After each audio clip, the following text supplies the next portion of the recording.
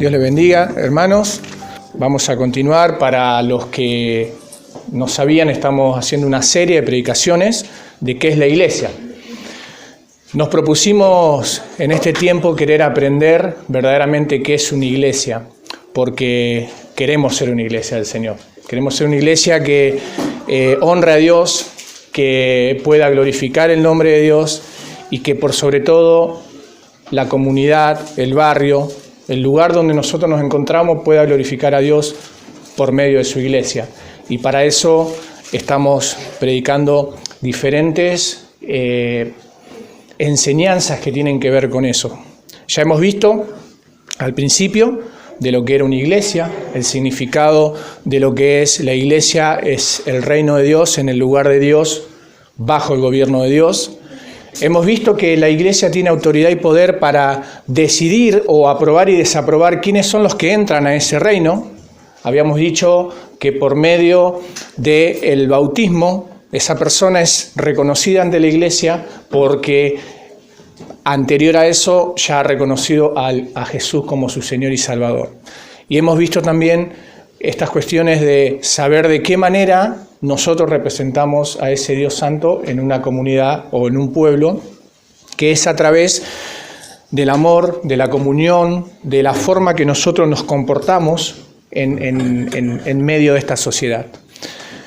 Y hoy nos toca hablar de un tema que tiene que ver con la disciplina de la iglesia. Entonces, antes de comenzar, si les parece, oramos y que el Señor nos guíe y nos ayude a poder comprender esto, ¿no? Señor, muchas gracias te damos, Padre. Hemos adorado, te hemos exaltado, Señor. Y hemos, Señor, encomendado nuestros corazones, nuestras mentes ante vos. Y ahora te pedimos que sigas obrando y que nos haga ver, Señor, tu gloria, que nos haga ver verdaderamente de qué manera nosotros comportarnos como tu iglesia, Señor. Por eso pedimos que nos ayúdame a mí, Señor, y ayuda a cada uno de mis hermanos a poder estar atentos, Señor. Oramos en el nombre de Jesús. Amén. Quiero comenzar haciendo unas preguntas. Y la primera pregunta es, ¿qué pasaría si un entrenador, ¿sí?, que instruye a sus jugadores, pero nunca los pone a hacer ejercicio? O un profesor de matemática que explica la lección, pero nunca corrige los errores del estudiante. O también podríamos pensar en un doctor que habla sobre la salud, pero ignora el cáncer. ¿Qué piensa usted que están haciendo estas personas? Bueno, claramente o probablemente vamos a ver que estas personas están haciendo su trabajo, pero a media. ¿Por qué? Porque el entrenamiento atlético requiere instrucción y ejercicio, la enseñanza requiere de explicación y corrección, y ser médico requiere motivar a la salud y luchar contra las enfermedades. Entonces, si estas personas que vemos hacen su trabajo por la mitad, no sería eficaz y no estarían haciendo su trabajo por completo. El punto es, entonces, ¿está bien pensar que la iglesia que enseña y discipula no practica la disciplina de la iglesia? ¿Qué piensa? No. Entonces, en este sentido, hay muchas iglesias que enseñan la palabra de Dios, discipulan a sus discípulos o sus miembros, pero pocas practican la disciplina.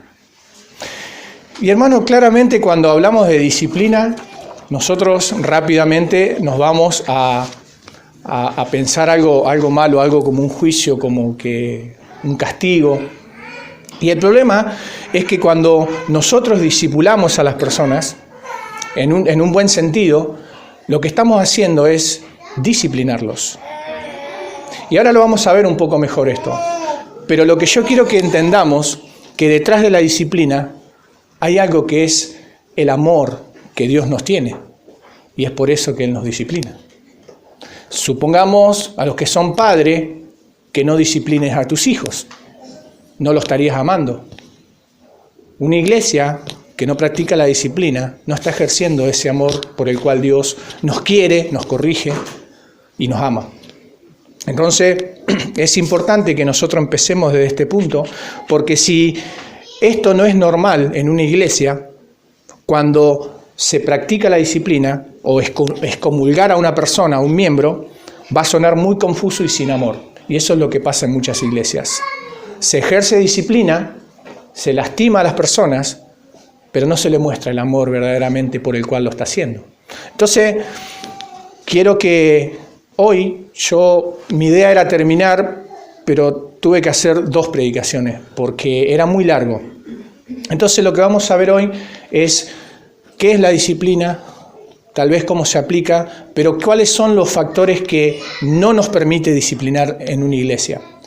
Y dejaremos para la próxima lección de qué manera tratamos una vez que disciplinamos a alguien, cuál es la manera correcta que nosotros tenemos como iglesia de proceder bajo esa disciplina, ¿sí? Así que hoy nos vamos a concentrar en esto. Entonces, ¿cuál es la disciplina de la iglesia? Lo primero que tenemos que saber es que hay 2 diferentes disciplinas, ¿sí? En el sentido amplio, la disciplina de la iglesia puede ser tanto formativa como correctiva, ¿sí? Hay 2 clases de disciplina. Cuando hablamos de la disciplina formativa, estamos hablando de que esto consiste en la enseñanza y entrenamiento de los creyentes en relación a su responsabilidad como cristianos y miembros de una iglesia. Esa enseñanza o ese entrenamiento bien podría ser llamada disciplina preventiva. ¿Por qué? Porque la enseñanza de la palabra es el único antídoto para luchar con el pecado. En otras palabras, lo que estamos haciendo ahora es una disciplina correctiva.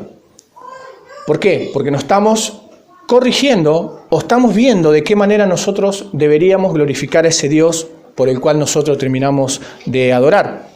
Ahora, esta disciplina que es preventiva no siempre va a evitar el pecado en las personas. Por eso existe la otra disciplina, que es la disciplina correctiva. ¿Me sigue la idea? Comenzamos con una disciplina preventiva, pero si esa disciplina preventiva no es efectiva, no porque no lo sea de parte de la palabra de Dios, sino porque, según Mateo 18, cuando nosotros exhortamos a una persona y esa persona no nos escucha, ¿qué hacemos? Vamos con 2 o 3 testigos. Y si esa persona persiste, ¿qué hacemos? Vamos a la iglesia. Pero aún después eso pasa a otro nivel. Como dice Pablo en 1 Corintios 5, que lo vamos a ver también.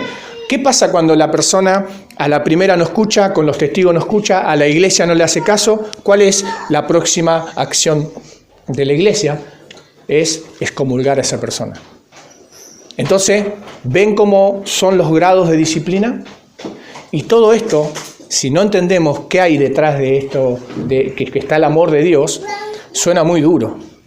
Suena muy duro decir, bueno, tenemos que excomulgar a una persona de la iglesia. Pero lejos de eso, no tiene ese proceder o ese sentir bíblicamente. La disciplina correctiva en el buen sentido, es el proceso de intervención mediante el cual una iglesia guía a un cristiano que ha caído en pecado. Ese es el proceso, ese es el fin de la disciplina. No es un castigo, es una forma de ayudar a esta persona que cayó en pecado, que pudo haber caído por ignorancia, por desobediencia, no lo sabemos, pero el punto que a través de esa disciplina debe estar el arrepentimiento y la restauración para que esa persona vuelva otra vez a caminar con Dios. Entonces, no está tan mal la disciplina como muchas veces pensamos. Si entendemos claramente cuál es el fin, entonces podríamos decir, es buena la disciplina en la iglesia. Es bueno cuando una iglesia disciplina a sus miembros. La disciplina de la iglesia tiene como fundamento el hecho de que Dios disciplina a sus hijos. Como dijimos recién, un padre que no disciplina a sus hijos es porque no lo ama o porque no lo quiere. Nosotros como padres no podemos dejar que nuestros hijos hagan lo que quieran, y más cuando son chiquitos. Imagínense que de repente el Timo quiere ir a jugar al enchufe y yo lo dejo y no lo reto. No lo estaría amando. Bueno, en la iglesia pasa lo mismo. Si una iglesia ve que un miembro está andando mal, en pecado, en desobediencia, y lo deja pasar, entonces no lo estoy amando. Porque se basa en el amor la disciplina, no en el juicio tan simplemente por el hecho de que hay que corregirlo. hay algo, debe haber un sentir a través de esto que tiene que ver con lo que Dios hace con nosotros. Hebreos capítulo 12, versos 5 al 11, dice que la disciplina de Dios debe ser vista como algo bueno, al menos por dos razones. Hay dos razones por las cuales nosotros tenemos que ver a la disciplina como algo bueno. Por un lado, Hebreos 12, verso 6, dice que el Señor, al que ama, ¿qué hace? Disciplina. Entonces ya claramente, si yo soy disciplinado de parte de Dios, yo no puedo enojarme con Dios. Debería glorificarlo. Debería decir gracias Dios porque me estás amando.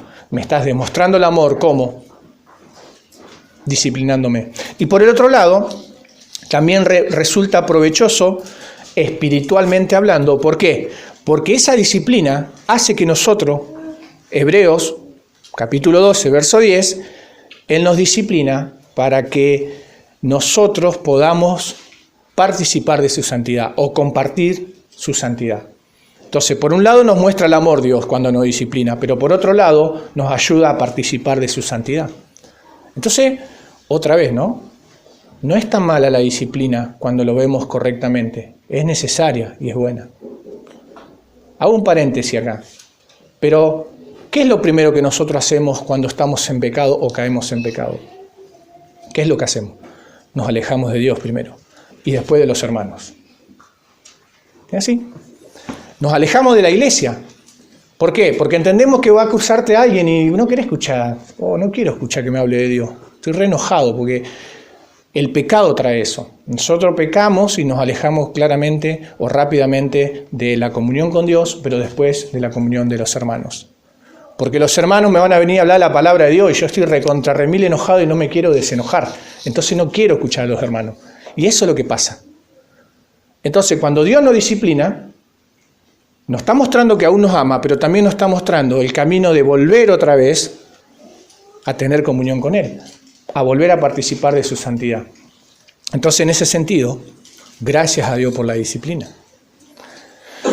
El punto está acá, hermanos, que si la iglesia de Dios no disciplina a sus miembros, primero que no lo está amando y segundo que esa persona va solamente a ver en la disciplina un juicio malo. Va a ver a un Dios malo que no lo deja vivir en paz. Pero lejos de eso, la Escritura nos enseña que Dios nos ama, nos adoptó como hijo y como hijo Él no va a permitir que nosotros hagamos lo que queramos. Porque si a nosotros se nos permite hacer lo que queremos, ¿sabe dónde estaríamos ahora? No estaríamos acá. Estaríamos en cualquier otro lugar menos acá. Porque el deseo de nuestro corazón pecaminoso no es este. Hermanos, si cada uno de los que estamos acá, hoy estamos escuchando la palabra de Dios, incluso, o me incluyo, es por la obra que hace el Espíritu Santo en nosotros. El Espíritu Santo nos ha movido para que vengamos hoy a su casa. El Espíritu Santo nos revela la Escritura y nos da el entendimiento para comprender la palabra. El Espíritu Santo nos redarguye. El Espíritu Santo nos confronta.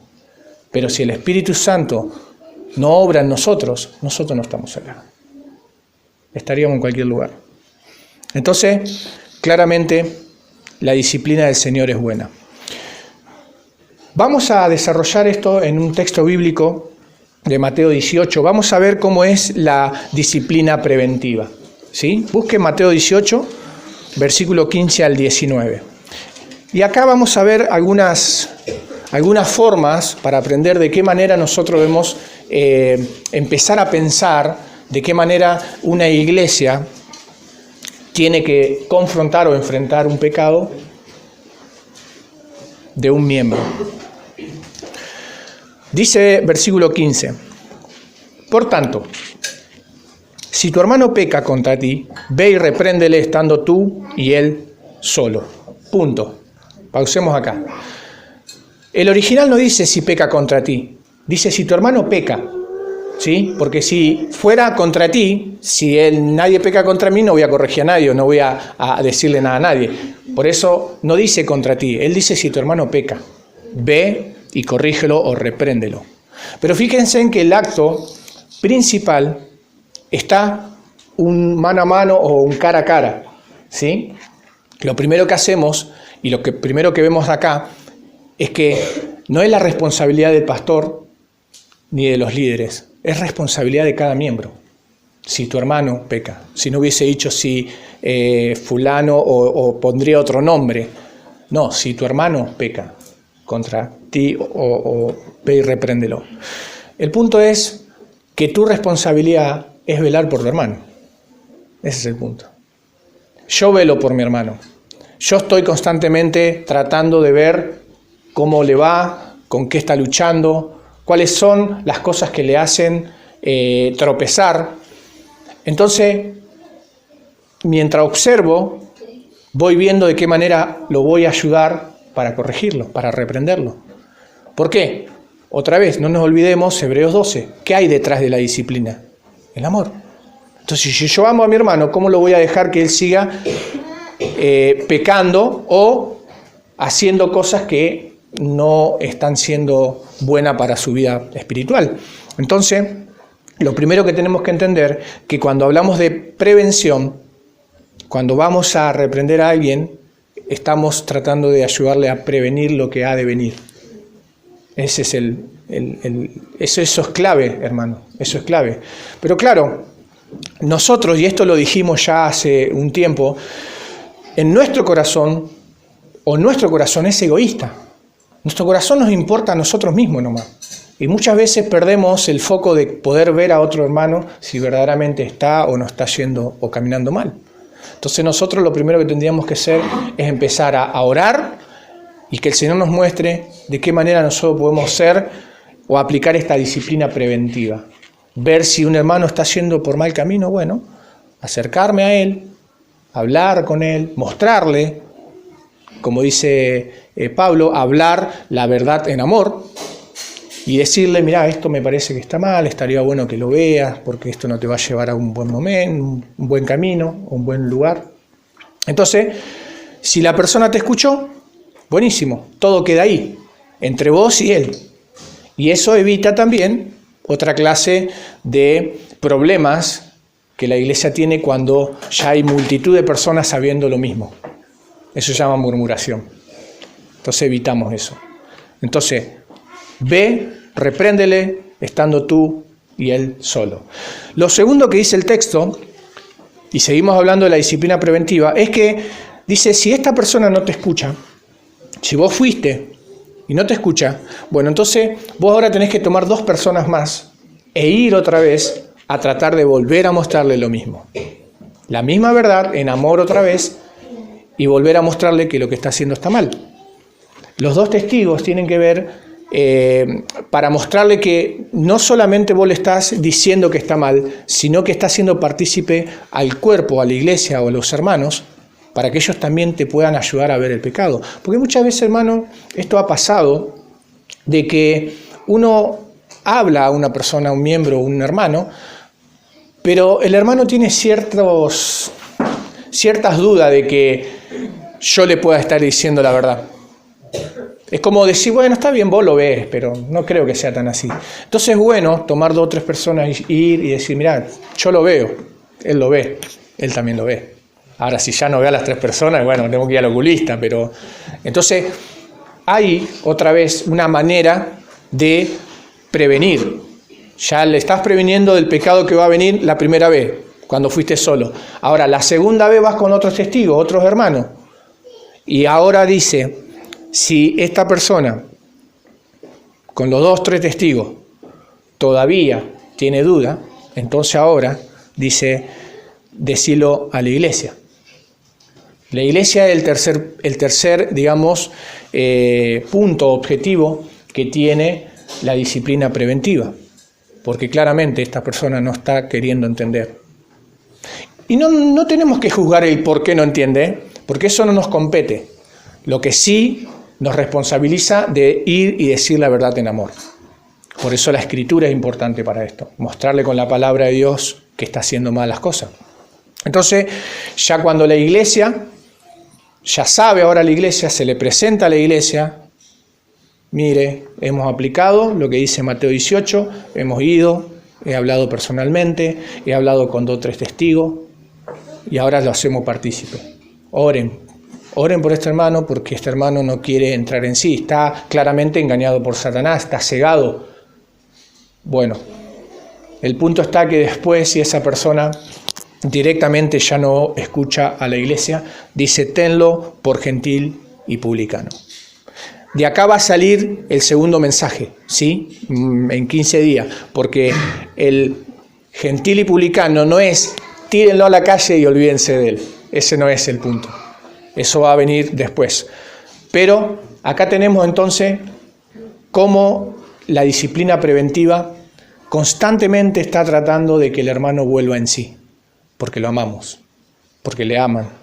Entonces, claramente, esto tiene como objetivo otra vez ver que Dios lo ama, que uno le está mostrando el camino, uno le está teniendo paciencia, y es exactamente lo que el Señor hace con nosotros. Yo no sé si vos te puedes ver en esa condición. Yo sí. Dios me tiene paciencia. Dios me tiene mucha paciencia. Y constantemente Él sabe cómo trabajar conmigo. Y me manda esas pruebas y esas luchas, por la cual también manda a otros hermanos y también manda a mi esposa.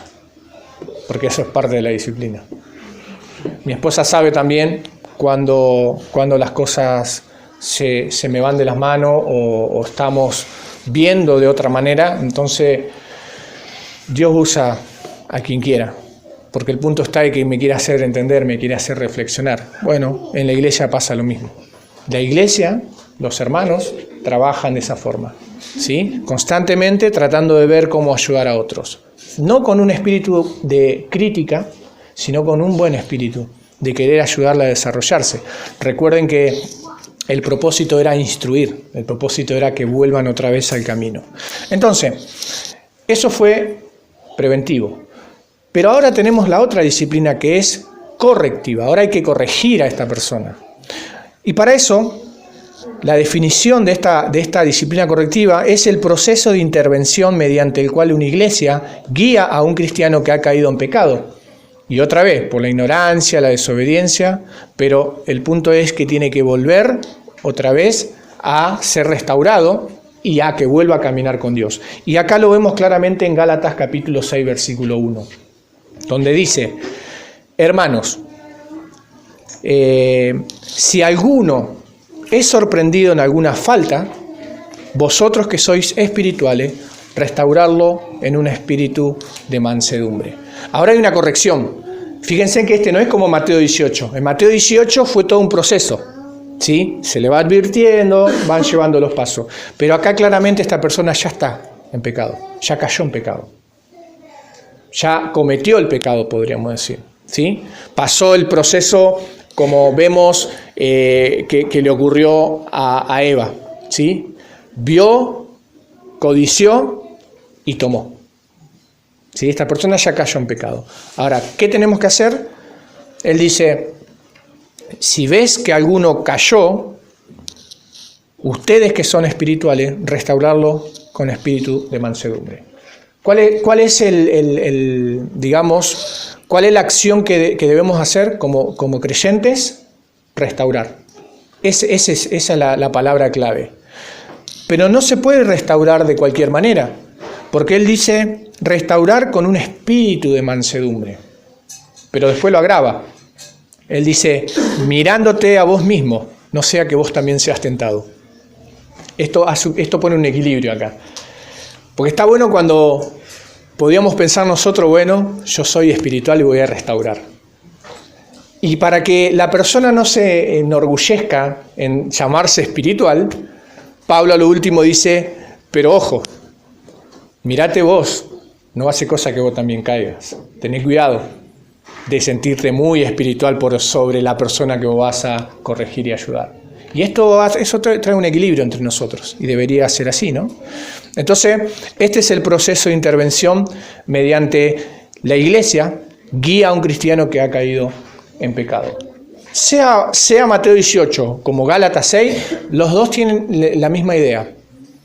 Con amor, porque lo amamos, lo ayudamos, pero también con amor, con mansedumbre, tratamos de volverlo a incorporar otra vez al camino. Porque como dije recién, lo que hace el pecado es alejarnos de Dios y alejarnos de la iglesia. entonces nosotros tenemos esa responsabilidad de poder corregir a los hermanos. ¿Sí?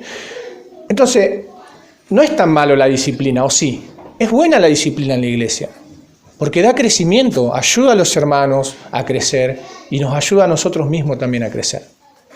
Bien, ahora, hay algo que es muy, muy importante acá, que tiene que ver con que la disciplina de la iglesia, aparte de tener ese propósito, también tiene el propósito de purificar y santificar. Son las dos cosas importantes. Durante este proceso dijimos que la disciplina corrige, acompaña, restaura, corrige el carácter, porque muchas veces tienen que ver con esto, de ayudar a otros hermanos a ver que tienen tal vez un carácter malo, o un carácter débil, o un carácter fuerte, pero el punto es que todo eso debemos llevarlo a tener el carácter de Cristo. Esa es la meta de cada uno de nosotros, ser igual que Cristo. Y también la disciplina advierte de las consecuencias del pecado. Mateo 18, ¿qué está haciendo? Hermano, vengo a hablar con vos porque mirá que vimos esto, qué sé yo. Estás evitando que eso vaya a un nivel más grave. Después viniste con 2 o 3 testigos, después se lo dijiste a la iglesia, entonces va creciendo. Estamos advirtiendo. Ahora, todas estas cosas, hermano, son buenas y deberíamos honrar estas prácticas en la iglesia. Una iglesia sana, ¿sí? Una iglesia bíblica debe honrar estos pasos de disciplina. La pregunta es, ¿por qué muchas veces no se aplica la disciplina? O mejor dicho, ¿cuáles son los motivos por el cual una iglesia no aplica estas cosas? Bueno, al menos yo quiero hablar de 2 cosas muy, muy importantes. Primero, porque perdemos de vista la santidad.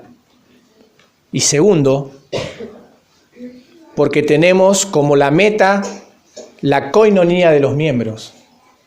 Y superponemos eso por encima de la verdad por la verdad de la palabra. Entonces, los 2 motivos por el cual una iglesia no practica esta disciplina es porque pierde de vista la santidad y porque le da más prioridad a la coinonía que a la corrección.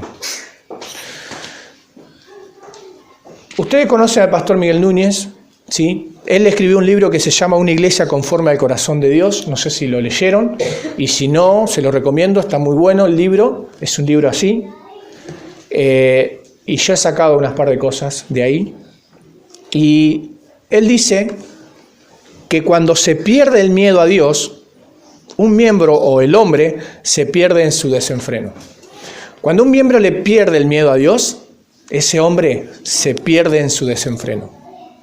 Entonces, si estamos hablando en el contexto de la iglesia, estamos hablando en el contexto de la disciplina, si una iglesia no disciplina, un miembro claramente pierde el miedo a Dios, pierde el respeto o pierde,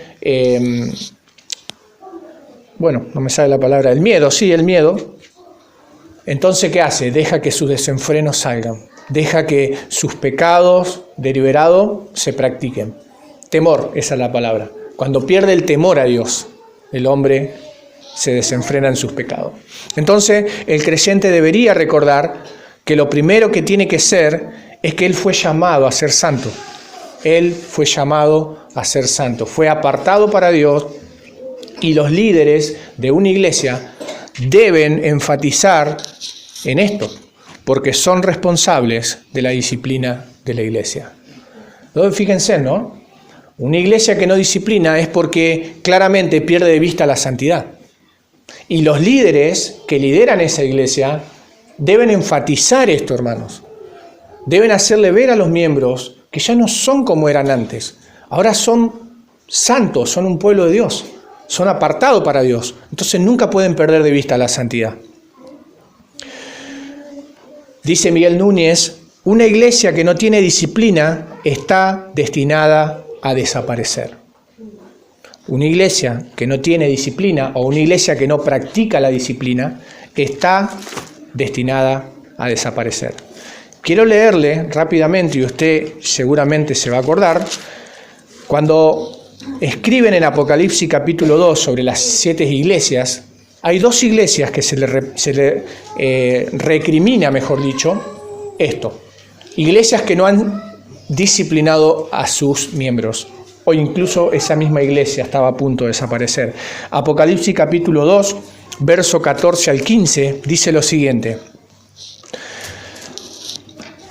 Dice, y también tienes a los que retienen la doctrina de los nicolaitas, la que yo aborrezco. Perdón, versículo 14. Pero tengo unas pocas cosas contra ti, que tienes ahí a los que retienen la doctrina de Balaam, que enseñas a Balac a poner tropiezo ante los hijos de Israel, a comer de cosas sacrificadas a los ídolos y a cometer fornicación. Y también tienes a los que retienen la doctrina de los nicolaítas, lo que yo aborrezco. ¿Qué estaba haciendo esta iglesia? Esta iglesia no estaba disciplinando a la iglesia. Esta iglesia estaba permitiendo que la doctrina falsa se siga predicando, que las personas dentro de la iglesia seguían idolatrando, seguían practicando sacrificio a ídolos. Esta iglesia luego va a desaparecer, porque se habían olvidado que eran una iglesia santa, un pueblo escogido de parte de Dios. Fíjense capítulo 2, verso 20, otra iglesia. La iglesia de Tiatira dice, pero tengo unas pocas cosas contra ti, que toleras esa mujer Jezabel, que se dice profetiza, enseñe y seduzca a mi siervo a fornicar y a comer cosas sacrificadas a los ídolos. Otra vez, ¿qué estaba haciendo esta iglesia? No estaba aplicando la disciplina.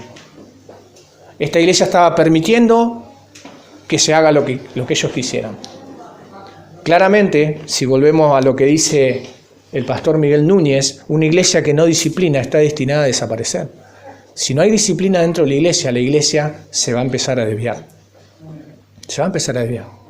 Por eso es importante la disciplina. Y tenemos que entender que perder de vista la santidad es un riesgo, hermanos, terrible para una iglesia. La iglesia fue llamada y su llamado fue llamado a la santidad. Lo dice Pablo en 2 Timoteos, verso 2 y 11, él dice que Cristo nos salvó y nos llamó con un llamamiento santo, no conforme a obras, pero nos hizo un llamado que es un llamamiento santo. Pedro dice lo mismo, sé santo porque Dios es santo. Entonces, la iglesia debe siempre recordar que fue llamado a la santidad. Por lo tanto, no podemos permitir dentro de una iglesia sana que los miembros practiquen deliberadamente, pero también que no sean instruidos o no se dejen instruir para que los miembros puedan tener el carácter que verdaderamente tiene Cristo.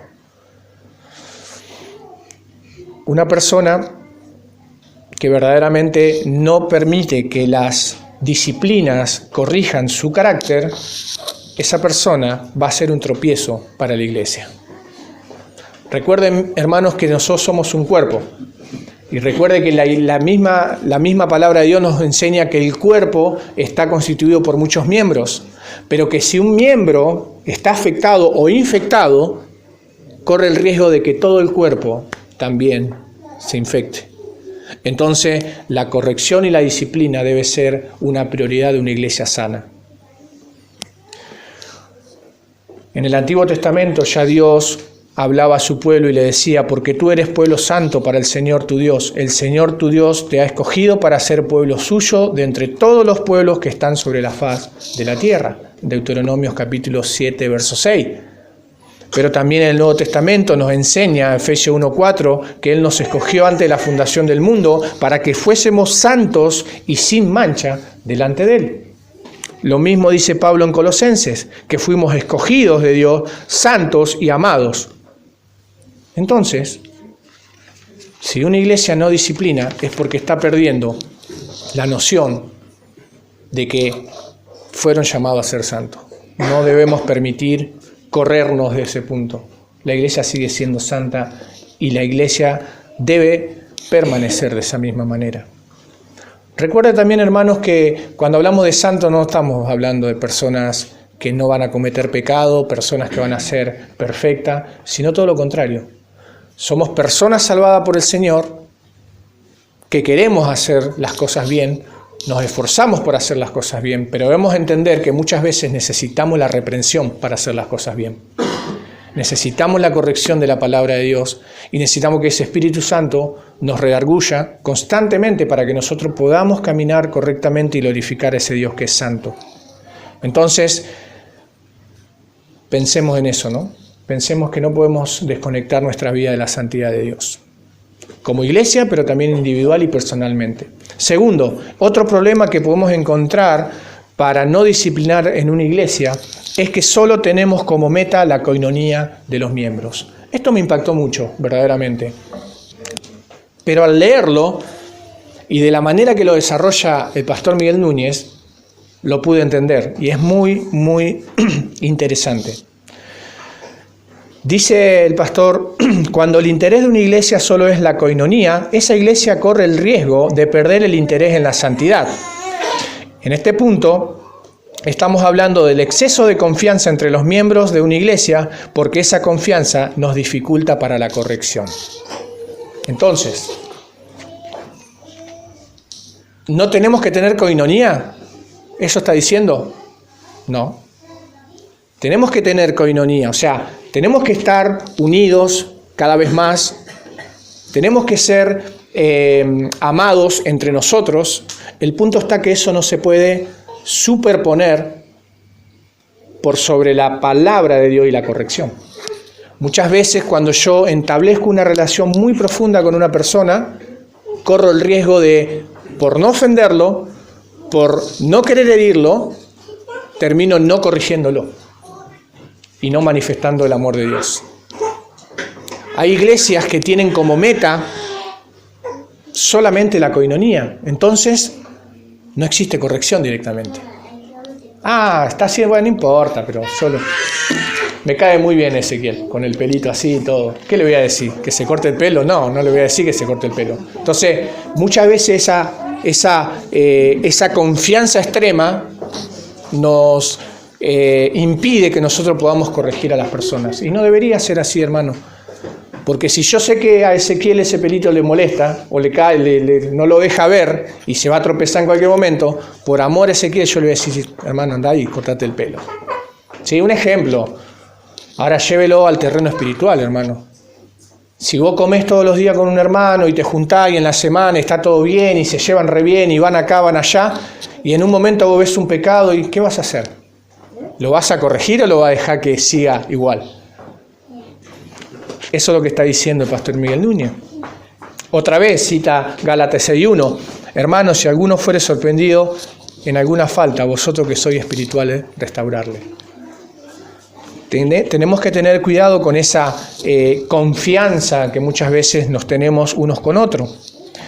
No es la meta de la iglesia solo la coinonía, sino la santificación mutua. Ese es el objetivo, ese es el propósito del miembro, ¿no? Hermanos, Dios nos libre de que salgamos hoy de acá y no nos hablemos más, porque ese no es el punto. No estoy diciendo eso, estoy diciendo que verdaderamente es bueno tener relaciones profundas entre los miembros, es necesario, pero también tenemos que tener en cuenta que en esa relación profunda puede haber una confianza que nos prohíbe y nos impide, mejor dicho, corregirnos unos con otros. Y no debe ser así. No es la meta de la iglesia entonces solo la coinonía, sino la santificación mutua. Tito 2:11 dice que la gracia de Dios se manifestó para salvación a todos los hombres con un propósito, enseñándonos que renunciemos a la impiedad y a los deseos mundanos y que vivamos en este siglo sobria, justa y piadosamente. Ese debe ser el objetivo de cada uno de nosotros para con mi hermano. Pensar de que nosotros fuimos llamados por el Señor, pero fuimos llamados para renunciar a la impiedad y a los deseos mundanos. Por eso cuando yo tengo la confianza con un hermano, entre nosotros debemos observarnos en el mejor sentido de la palabra, con amor, y decirnos, hermano, me parece que esto no está bien, esto no te está ayudando ni a vos ni a mí. Sería bueno que oremos y que nos ayudemos mutuamente a que no vayamos por este camino. Este camino es muy mundano, debemos renunciar a estas cosas, debemos renunciar. Entonces, si la meta es solo la coinonía, entonces la palabra corre el riesgo de pasar en segundo plano. Entonces tenemos que invertirlo si es que estamos pasando por eso, ¿no? Invertir. Siempre la palabra está por sobre todas las cosas. Hermano, a nadie le gusta que lo corrijan, ¿o sí? ¿A usted le gusta que lo corrijan? A mí no. No, pero es necesario. Nadie quiere corregir a otro. ¿O no? Bueno, eso sí nos gusta. Corregir a otros sí. No nos gusta que nos corrijan a nosotros. Esa es la realidad. Entonces, en este sentido nosotros tenemos que poner por sobre todo esto la palabra del Señor. ¿Sí? Dice el pastor Núñez, antes de la coinonía siempre debe estar lo santo. ¿Y por qué hace énfasis en la palabra? Porque si hablamos de santificación y si hablamos de santificar, tenemos que recordar lo que dijo Jesús en Juan capítulo 17, verso 17. Santifícalo en tu verdad. Tu palabra es verdad. Entonces, si la palabra no está, no nos estamos santificando. Si no nos estamos santificando, no estamos permitiendo cosas. Y si no estamos permitiendo cosas, a la vuelta de la esquina está el pecado y vamos a caer en él. Y la iglesia tiene la responsabilidad de poder aplicar estas cosas. Bien, hablamos de la disciplina entonces instructiva, correctiva, pero hay una disciplina aún más grave que estas dos, que ya es la disciplina que se aplica en 1 Corintios capítulo 5, verso 1 al 5. Y esta disciplina es la disciplina para excomulgar a una persona directamente. Este sería el tercer nivel, por decirlo así. ¿Sí? Esto ya sería un paso mucho más grande de lo que las otras dos disciplinas venían haciendo. El texto dice: de cierto se oye que hay entre vosotros fornicario y tal fornicación cual ni aun se nombra entre los gentiles, tanto que alguno tiene la mujer de su padre, y vosotros estáis envanecidos. ¿No debieras más bien ustedes lamentarse para que fuese quitado de en medio de ustedes el que cometió tal pecado? Ciertamente yo, como ausente en el cuerpo, pero presente en el espíritu, ya como presente he juzgado al que tal ha hecho. En el nombre de nuestro Señor Jesús, reúnanse ustedes con mi espíritu y con el poder de nuestro Señor, para que sea entregado a Satanás para destrucción de la carne, a fin de que el espíritu sea salvo en el día del Señor Jesús. ¡Wow! ¿Escuchó lo que dice Pablo? Dice, sea entregado a Satanás para destrucción. Pareciera que Pablo está hablando acá de que hay que agarrar un miembro, abrir la puerta, ¡pum!, y lo tirás porque cayó en pecado, y que Satanás se encargue de él. Lejos está de eso. Acá lo que Pablo está enseñando, primero le está exhortando a la iglesia, que la iglesia no aplicó disciplina. Él está diciendo, ustedes permitieron esto sabiendo lo que estaba pasando. Fíjense, hermanos, que cuando en una iglesia se permite tal pecado, este es un pecado grave, pero podemos decir algún otro pecado, ¿sí?, que no sea tan grave, aunque es pecado, pero cuando una iglesia lo permite, claramente esa iglesia está haciendo la vista gorda al pecado. Y eso, con el tiempo, va trayendo enfermedad al cuerpo, porque no se corrige. Y esas cosas van avanzando, y van avanzando, y van avanzando. Y la iglesia es responsable de esto. Nosotros somos responsables de esto. Si hoy tuviéramos un caso de esto y permitiéramos que sigan aún como si nada, nosotros somos los únicos responsables. Y no digo nosotros, los líderes, la iglesia en sí. Porque no nos olvidemos todo lo que venimos hablando. El amor del hermano, el poder poner por encima la palabra de Dios. Entonces eso claramente nos da un nivel de espiritualidad de esa iglesia. En este caso, esta iglesia estaba siendo omiso a toda la palabra de las Escrituras. No estaban corrigiendo para nada a ello. Entonces, lo que hace Pablo acá, no advierte a la iglesia. Él simplemente, directamente, anuncia un juicio sobre esta persona. Porque claramente esta persona, si siguió cometiendo este pecado aún dentro de la iglesia, entonces no le importa nada de nada. Entonces hay que tomar otras medidas en este punto. Y cuando es entregado a Satanás, y él dice para salvación, también él está hablando que hay un proceso en esto que tiene que ver para que esa persona manifieste si verdaderamente es un cristiano o no. Es entregado al mundo para que esa persona se arrepienta verdaderamente y vuelva al Señor y digamos, este era del Señor. Pero si esa persona no volvió nunca jamás, este no era del Señor. Entonces, otra vez la disciplina guarda a la iglesia. Guarda a la iglesia, sigue santificando a la iglesia porque saca a esta persona que está afectando el cuerpo, lo saca, y a la vez Dios se encarga después de salvarlo o no. No nos corresponde a nosotros. Pero otra vez hay actitud de amor. Hay una actitud de un creyente de poder ver la necesidad que esa persona tiene de ser corregida. Por eso es que se le advierte y se lo saca afuera. Ahora, Pablo, ¿se le ocurrió a él decir que esto estaba mal dentro de la iglesia y por eso había que sacarlo? No, porque claramente lo que Pablo está haciendo acá es mostrar un pasaje muy, muy conocido de Deuteronomio. Vaya conmigo a Deuteronomios capítulo 17. Y para entender este pasaje, tenemos que recordar que el pueblo de Dios, en ese tiempo, ellos vivían en el desierto y Dios estaba purificando a su pueblo. Recuerde que el pueblo de Dios que está viviendo en el desierto está rodeado de muchos pueblos paganos. Entonces Dios le da una serie de mandamientos, ¿sí?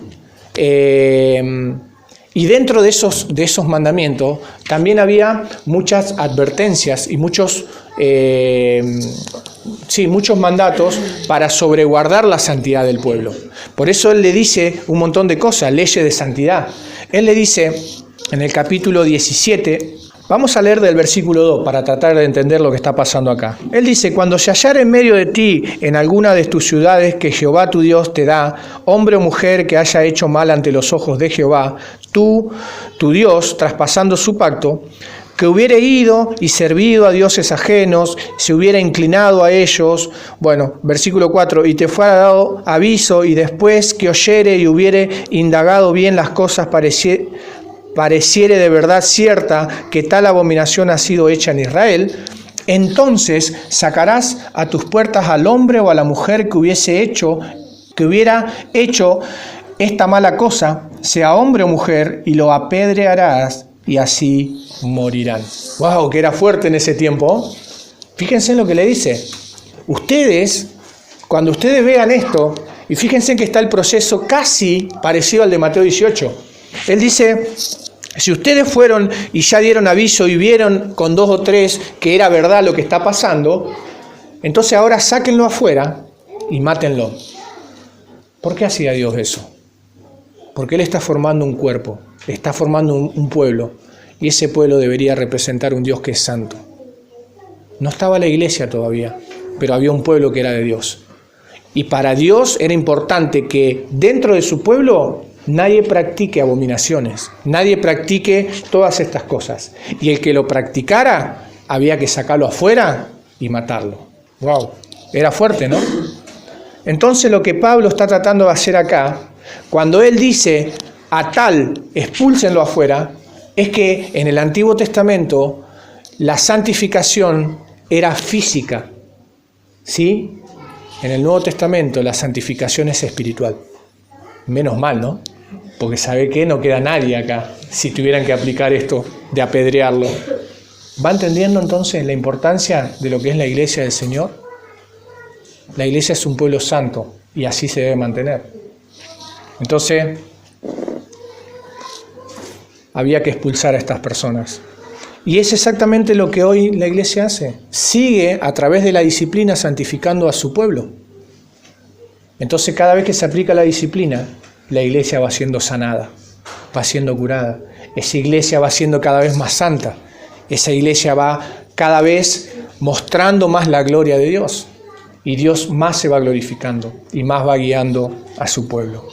Entonces, la disciplina de la iglesia, en este caso, que leímos recién, lo de Pablo, es el acto de excluir a alguien que profesa ser cristiano, pero no lo es. Se lo excluye de la membresía de la iglesia y se lo excluye de la participación de la cena del Señor. Estas son las cosas que se hacen cuando una persona persiste en este pecado. Entonces otra vez, ¿no? Claramente vemos cómo Dios va santificando su iglesia. Bien. ¿Va entendiendo hasta acá, hermano? ¿Sí? Si no, empiezo de nuevo. Entonces, ¿qué hace la disciplina? ¿Cuáles son las 4 o 5 cosas rápidas que podemos ver que hace la disciplina? Si vemos en el capítulo 5 de Corintios, lo primero que hace es exponer el pecado. Lo primero que hace la disciplina es exponer el pecado. El pecado crece en la oscuridad y la disciplina lo expone del por qué esa persona debe ser excluida de ese lugar. Fíjense en Corintios 5, ¿cuál era el problema? Una persona estaba cometiendo un pecado de insecto. Un pecado que ya se prohibía en el Antiguo Testamento. Otra vez, cuando hablamos de las leyes que Dios mandó, en Levítico capítulo 18, Dios dice lo siguiente. Él empieza a hablar de qué manera el pueblo tenía que comportarse. Él dice, ningún varón se llegue a parienta próxima alguna para descubrir su desnudez. Y firma, yo Jehová, dice. Y después sigue, la desnudez de tu padre o la desnudez de tu madre, no la descubrirás. Avanza, sigue diciendo lo mismo, versículo 16, la desnudez de la mujer de tu hermano, no la descubrirás. Versículo 18, no tomarás mujer juntamente con su hermana para hacerla rival. Fíjense en todas las leyes, ¿no? Cómo Dios iba santificando al pueblo. Escuche esto, hermano, porque esto es muy, muy interesante para este tiempo que vivimos.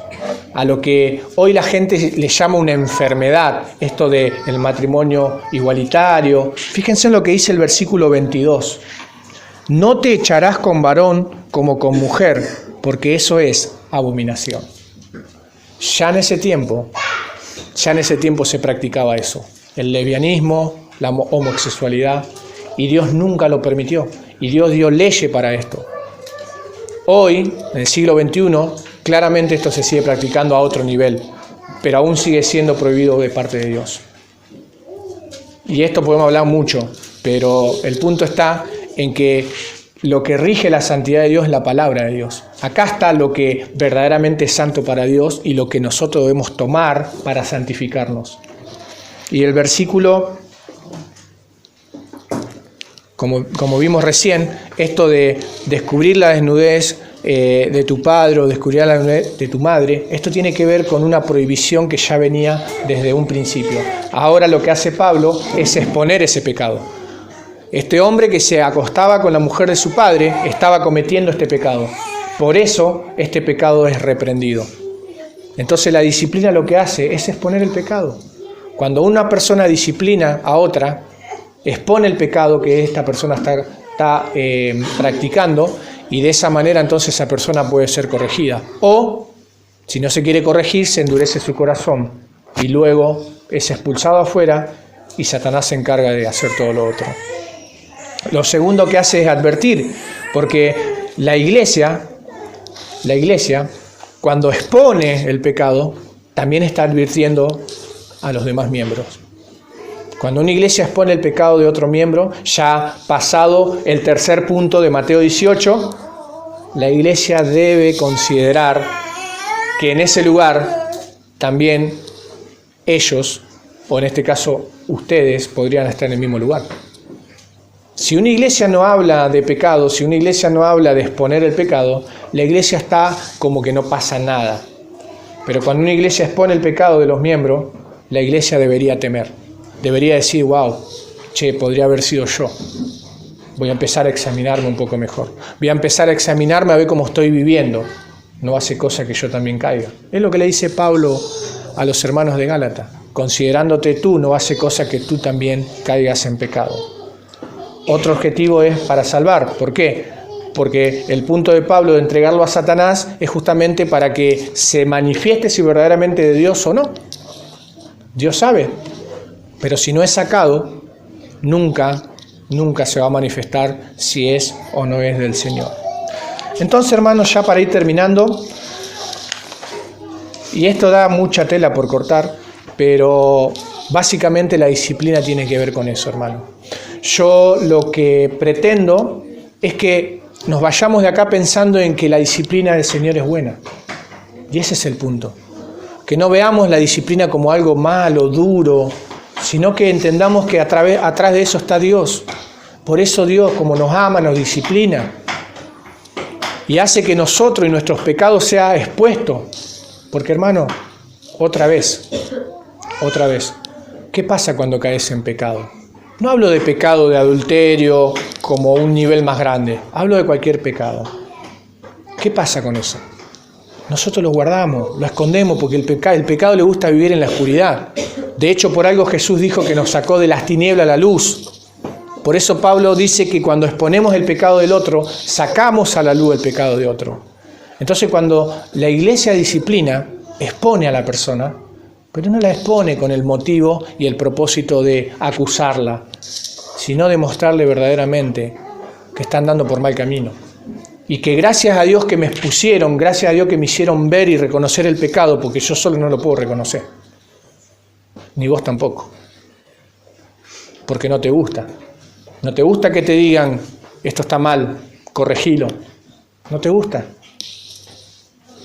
Pero si nosotros somos verdaderamente conscientes de que a través de esa corrección va a haber un fruto de santificación porque participamos luego de la santidad de Dios, entonces deberíamos decir gracias. Gracias por corregirme. Gracias por santificarme a través de tu palabra. Hermano, nosotros nos propusimos que la palabra de Dios en nuestros púlpitos no se negocia. No se negocia. Nadie va a venir acá y se va a parar acá adelante a predicar cualquier cosa. ¿Por qué? Porque es la palabra de Dios la única que nos puede santificar. Cuando predica Juan, cuando predica Maxi, cuando predica Danilo, no están predicando ellos, no estoy predicando yo. Estamos tratando de que la palabra de Dios sea predicada porque es la palabra de Dios la que nos santifica. Y por medio de ello también nos va a disciplinar. Entonces la disciplina debe ser buena. No vayas pensando en eso. Entonces quiero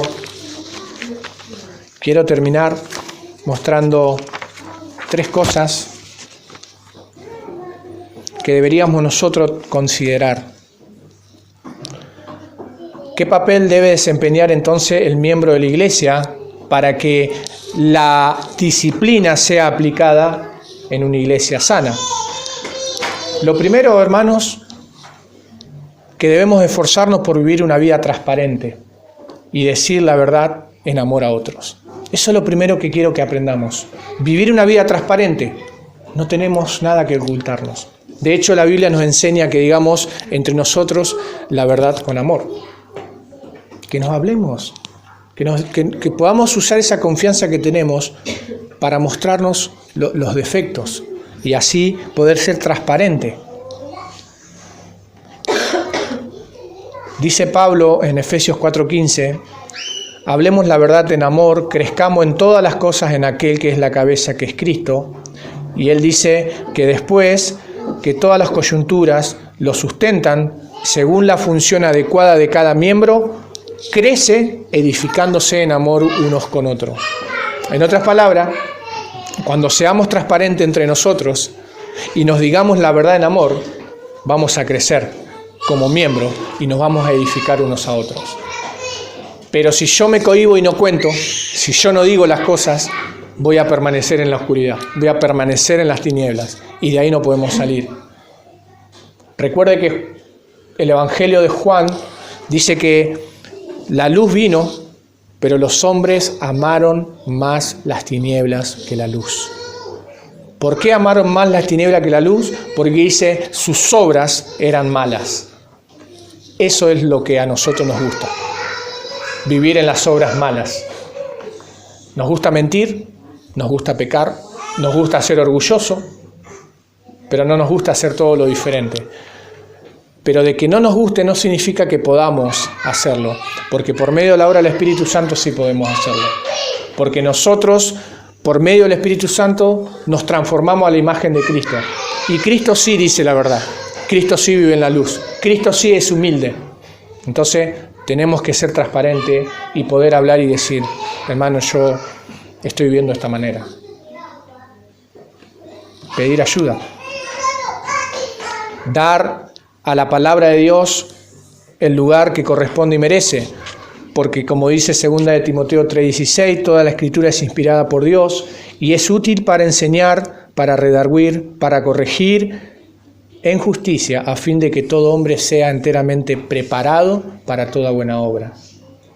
Y por último, cuando nosotros entendemos que verdaderamente necesitamos que nos expongan, debemos tener un corazón y una actitud humilde de reconocer que necesitamos que una persona, que un hermano en este caso, nos muestre por dónde estamos yendo. Cuando un hijo de Dios no es disciplinado, se aleja de a poco de Dios y no puede tener comunión con Él. Y la disciplina hace todo lo contrario. Cuando la disciplina se aplica correctamente, el creyente es reprendido por su pecado, es santificado por la palabra y es restaurado por el Espíritu para volver a tener otra vez una comunión con Dios. Eso es la disciplina de la iglesia. Que Dios nos ayude y que nos ayude a ser transparente entre nosotros, pero por sobre todo ante un Dios que lo ve y lo sabe todo. A Él no le podemos mentir. ¿Sí? Señor, muchas gracias, Padre, te damos en esta mañana. Padre, gracias por enseñarnos y mostrarnos, Señor, verdaderamente lo que la disciplina hace en una iglesia sana y santa, Señor. Padre, te pedimos ahora que nos ayudes, Señor, a poder pensar en estas cosas, Señor, y tener en cuenta estos dos motivos o razones por la cual una iglesia puede correr el riesgo de no disciplinar. Primero, ayúdanos a entender que somos un pueblo santo, Señor, que hemos sido apartados para vos y que todo lo que vivimos y hacemos debe dar gloria a tu nombre, Señor. Ayúdanos a pensar que debemos ser santos porque verdaderamente a través de la santidad podemos estar bien con vos y conocerte a vos, Señor. Pero también gracias porque como nos amas, dice tu palabra que nos disciplina con el propósito de volver a participar de tu santidad. Por eso te damos muchas gracias. Pero también, Señor, ayúdanos a que el exceso de confianza entre nosotros no nos prohíba poder aplicar tu palabra y ser corregido mutuamente con amor para poder restaurarnos, Señor, edificarnos y ayudarnos entre nosotros a poder glorificarte a vos, Señor, con nuestras vidas. Señor, te pido por cada uno de los hermanos hoy presente, que vos has hablado, Señor, en su corazón, que hoy le traiga, Señor, convicción de pecado y que le puedas conceder arrepentimiento, Señor, para reincorporarse en tu santidad, para poder reincorporarse en tu camino, Señor, y que vos puedas obrar a través de tu palabra en este día, a través, Señor, de tu Espíritu. Y te lo pedimos todo esto, Señor, en el nombre de Jesús. Amén.